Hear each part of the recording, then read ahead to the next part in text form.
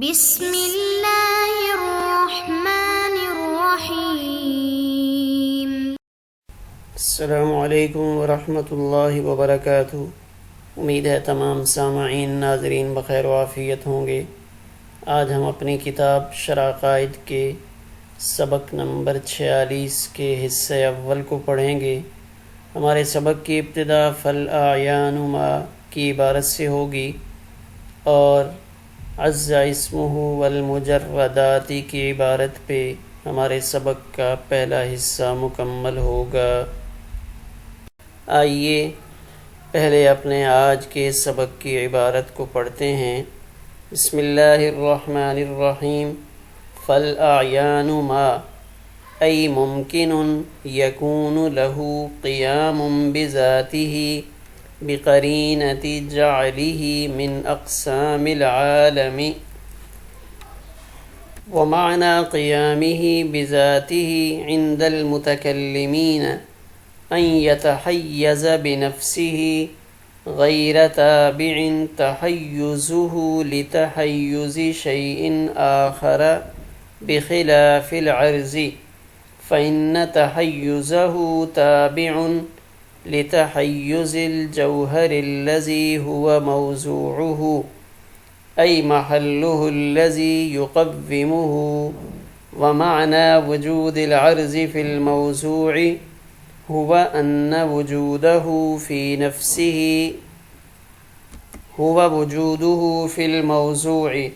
ولهذا يمتنع الانتقال عنه بخلاف وجود الجسم في الحيز، فإن وجوده في نفسه أمر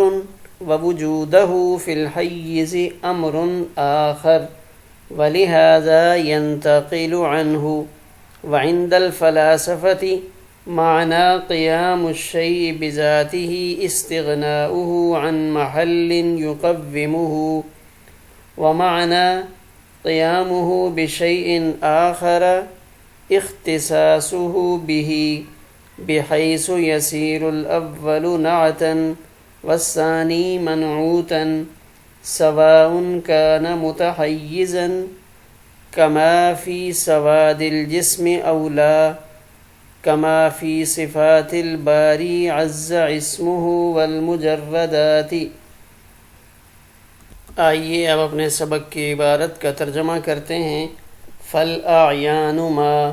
پس اعیان وہ شے ہے یعنی وہ ممکن ہے جس کے لیے بذات خود قیام ہو اور اس کو عالم کی قسم قرار دینے کے قرینہ ہونے کی وجہ سے، اور اس کے بذات خود قائم ہونے کے معنی متکلمین کے نزدیک یہ ہیں ان یتحیز بنفسہ، کہ وہ بذات خود متحیز ہو یعنی اشارہ حسیہ کے قابل ہو، اس کا اس حال میں ہونا کہ اس کا متحیز ہونا تابع نہ ہو کسی دوسری شے کے متحیز ہونے کے، بخلاف العرض، بخلاف عرض کے، اس لیے کہ اس کا متحیز ہونا تابع ہے اس جوہر کے متحیز ہونے کے جو اس کا موضوع ہے، یعنی اس کا وہ محل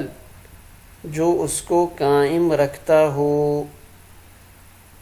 ومعنى وجود العرض فی الموضوع، اور عرض کے موضوع میں موجود ہونے کا معنی یہ ہے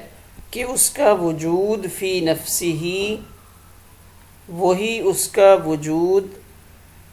فی الموضوع بھی ہو، اور اسی وجہ سے اس سے انتقال ممنوع ہوتا ہے، بخلاف جسم کے حیز میں موجود ہونے کے، اس لیے کہ اس کا وجود فی نفسہ اور شے ہے اور اس کا وجود فی الحیز دوسری شے ہے، اس وجہ سے وہ اس سے منتقل ہو سکتا ہے۔ وعند الفلاسفة، اور فلاسفہ کے نزدیک کسی شے کے بذات خود قائم ہونے کا معنی اس کا مستغنی ہونا ہے ایسے محل سے ان محل یقومہ جو محل اس کو قائم رکھے، ومعنی قیامہ بشیء آخر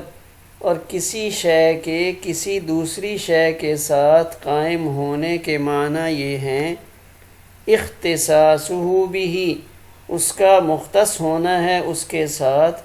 اس طور پہ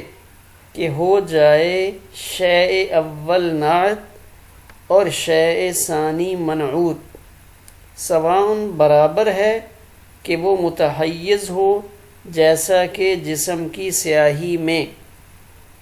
او لا یا متحیز نہ ہو جیسا کہ باری عز اسمہ اور مجردات کی صفات میں۔ آئیے اب اپنے سبق کی کچھ تشریح دیکھتے ہیں۔ پہلے حیز اور مکان، اس کے مطلب کو سمجھتے ہیں۔ تحیز بمعنی تمکن، کسی جگہ میں ہونا، اور تحیز کہتے ہیں اشارے حسیہ کو قبول کرنے کے لائق ہونا۔ بعض حضرات یہ فرماتے ہیں کہ تحیز کہتے ہیں اپنی ذات کی مقدار کے مطابق فراغ کو لینا، یعنی ایک ڈیسک اگر ہم ایک جگہ پہ رکھتے ہیں اور وہ 2 بائی 3 فٹ کا ہے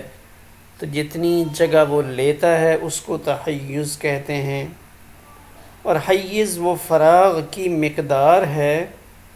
یعنی وہ مکان کے متحیز جس کو پر کرتا ہے، یعنی زمین کا وہ ٹکڑا جس کے اوپر وہ ڈیسک آ جائے گا اس کو حیز کہیں گے۔ بعض محققین کا قول یہ ہے کہ ہم عام لفظوں میں یوں بھی کہہ سکتے ہیں کہ حیز مکان ہے اور متحیز مکین ہے، اور تحیز مکین کا مکان میں ہونا۔ متکلمین کے نزدیک حیز اور مکان دونوں ایک ہی چیز ہیں۔ یہ بات ذہن میں رکھنے کی ضرورت ہے کہ متکلمین حیز اور مکان دونوں کو ایک ہی چیز کہتے ہیں، اور متکلمین کے نزدیک تحیز کا معنی کسی چیز کا حیز اور مکان میں ہونا، اور جو چیز بذات کسی مکان میں ہوگی، کسی جگہ پہ پڑی ہوگی، تو لازمی طور پہ وہ اس قابل ہوگی کہ اس کی طرف اشارہ حسی مثلاً انگلی سے یا کسی اور طریقے سے اشارہ کرنا ممکن ہو، اور اس طرح کا محسوس اشارہ اسی چیز کی طرف ہوگا جو دکھائی بھی دے رہی ہو۔ اس لیے تحیز کے مفہوم میں پہلی چیز کہ اس شے کا کسی حیز اور مکان میں ہونا، دوسری چیز اشارہ حسی کے قابل ہونا، اور تیسری چیز دکھائی دینا۔ یہ تینوں چیزیں اس میں داخل ہیں، البتہ جو اس میں بنیادی چیز ہے وہ اس شے کا حیز اور مکان میں ہونا، یہ اصل معنی ہے، اور اشارہ حسی کے قابل ہونا یہ اس کے لوازمات میں سے ہے۔ یہ حیز اور مکان کا مطلب ہے۔ مجردات کیا ہیں؟ فلاسفہ اس عالم میں کچھ ایسی موجودات کو مانتے ہیں جو نہ تو مادی ہیں اور نہ ہی اشارہ حسیہ کے قابل ہیں، بس وہ نہ تو جسم ہیں اور نہ کسی مکان میں ہیں، جیسے عقول اور نفوس ناطقہ وغیرہ۔ ایسی موجودات کو فلاسفہ مجردات کا نام دیتے ہیں۔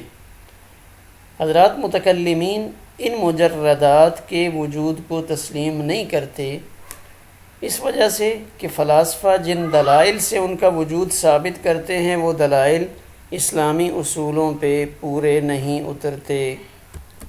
متکلمین فرماتے ہیں کہ اللہ تعالیٰ کے علاوہ جو کچھ بھی ہے، یا وہ جسم ہوگا یا وہ جزء لا یتجزا ہوگا یا عرض ہوگا، یعنی ان تین میں داخل ہوگا، اور ملائکہ اور نفوس ناطقہ یہ اجسام میں شامل ہیں۔ فلاسفہ ان کو مجردات میں شامل کرتے ہیں، لیکن متکلمین فرماتے ہیں کہ نہیں، ملائکہ اور نفوس یہ اجسام ہیں، جسم میں داخل ہیں۔ متکلمین کے نزدیک قائم بالذات ہونے کا مطلب یہ ہے کہ وہ بذات خود متحیز ہو، اس کا تحیز کسی کے تابع نہ ہو، جیسے انسان، مکان، شجر، حجر وغیرہ، یہ سب اسی طرح کی چیزیں ہیں، یعنی یہ بذات خود متحیز ہیں، ان کا تحیز کسی کے تابع نہیں ہوتا۔ اور کسی ممکن کے قائم بالغیر ہونے کا مطلب یہ ہے کہ وہ بذات خود متحیز نہ ہو، بلکہ اس کا تحیز اس کے تابع ہو جو اس کا موضوع اور محل ہے، جیسے سیاہی، سفیدی وغیرہ، یہ قائم بالغیر ہیں، ان کا تحیز دوسرے تحیز کے تابع ہوتا ہے۔ تو اس تفصیل سے معلوم ہوا حضرات متکلمین نے جو قائم بالذات یا قائم بالغیر ہونے کی اب تعریف کی ہے کہ تحیز کے اعتبار سے بذات خود متحیز ہو یا جو قائم بالغیر ہیں ان کا تحیز کسی دوسرے تحیز کے تابع ہو، تو اس تعریف کا مقصد ذات باری تعالیٰ اور صفات باری تعالیٰ کو عالم سے خارج کرنا ہے، تاکہ عالم کے حادث ہونے سے ان کا حادث ہونا لازم نہ آئے۔ اب اس تعریف کی روح سے خارج کیسے ہوں گی؟ کیوں کہ اس تعریف میں قائم بالذات اور قائم بالغیر دونوں کو متحیز کہا ہے، ہیں دونوں متحیز، لیکن فرق صرف اتنا ہے کہ جو پہلی چیز ہے قائم بالذات یہ متحیز ہے، یعنی یہ بالذات متحیز ہے، جو پہلے ہیں قائم بالذات تو یہ بالذات متحیز ہیں جیسے انسان وغیرہ، اور جو دوسری چیز ہے وہ دوسرے کے تحیز کے تابع ہے، وہ متحیز ہے لیکن دوسرے کے تحیز کے تابع ہے۔ رنگ، بو، مزہ، غمی، خوشی وغیرہ یہ سب کیا ہیں؟ دوسرے کے تحیز کے تابع ہیں۔ رنگ ہمیں کسی ذریعے سے نظر آئے گا، خوشی اس کا وجود کسی چہرے پہ چھلکے گا،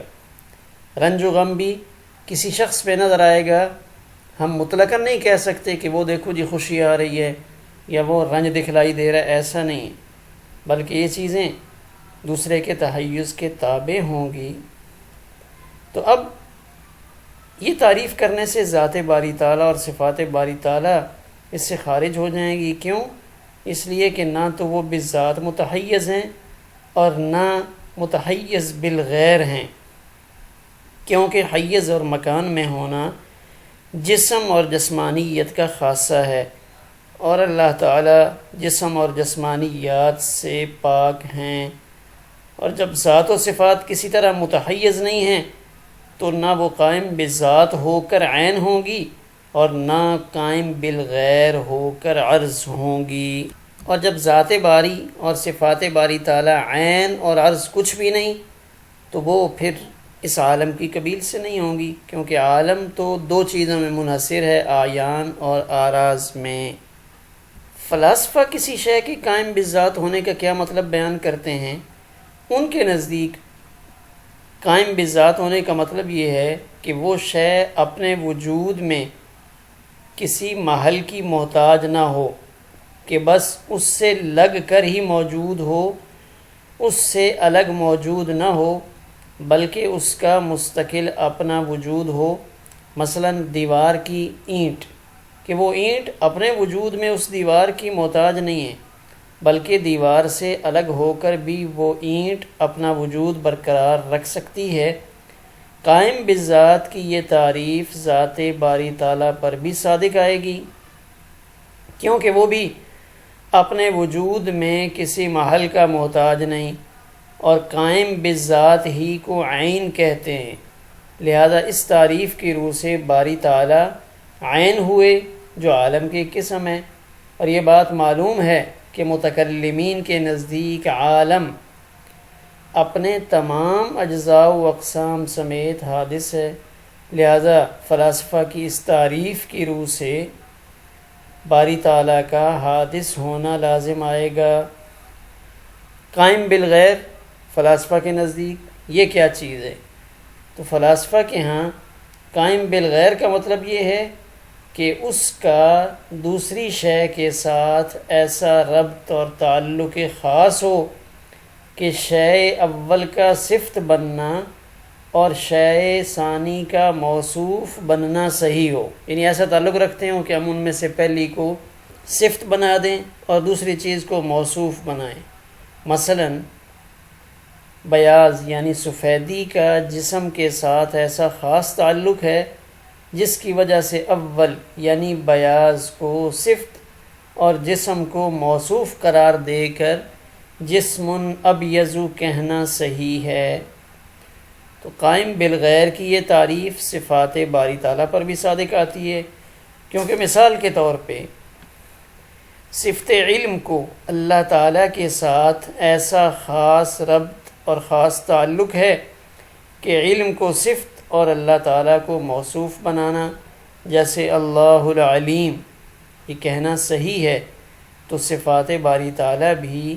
فلاسفہ کی تعریف کی روح سے قائم بالغیر ہوئیں، اور قائم بالغیر کو عرض کہتے ہیں جو عالم کی قسم ہے، لہذا معلوم ہوا کہ متکلمین کے نزدیک عالم اپنے تمام اجزاء و اقسام سمیت حادث ہے، تو مذکورہ تعریف کو مد نظر رکھنے سے صفات باری تعالیٰ کا حادث ہونا لازم آئے گا۔ ہمارے سبق نمبر 46 کا پہلا حصہ اسی پر مکمل ہوا۔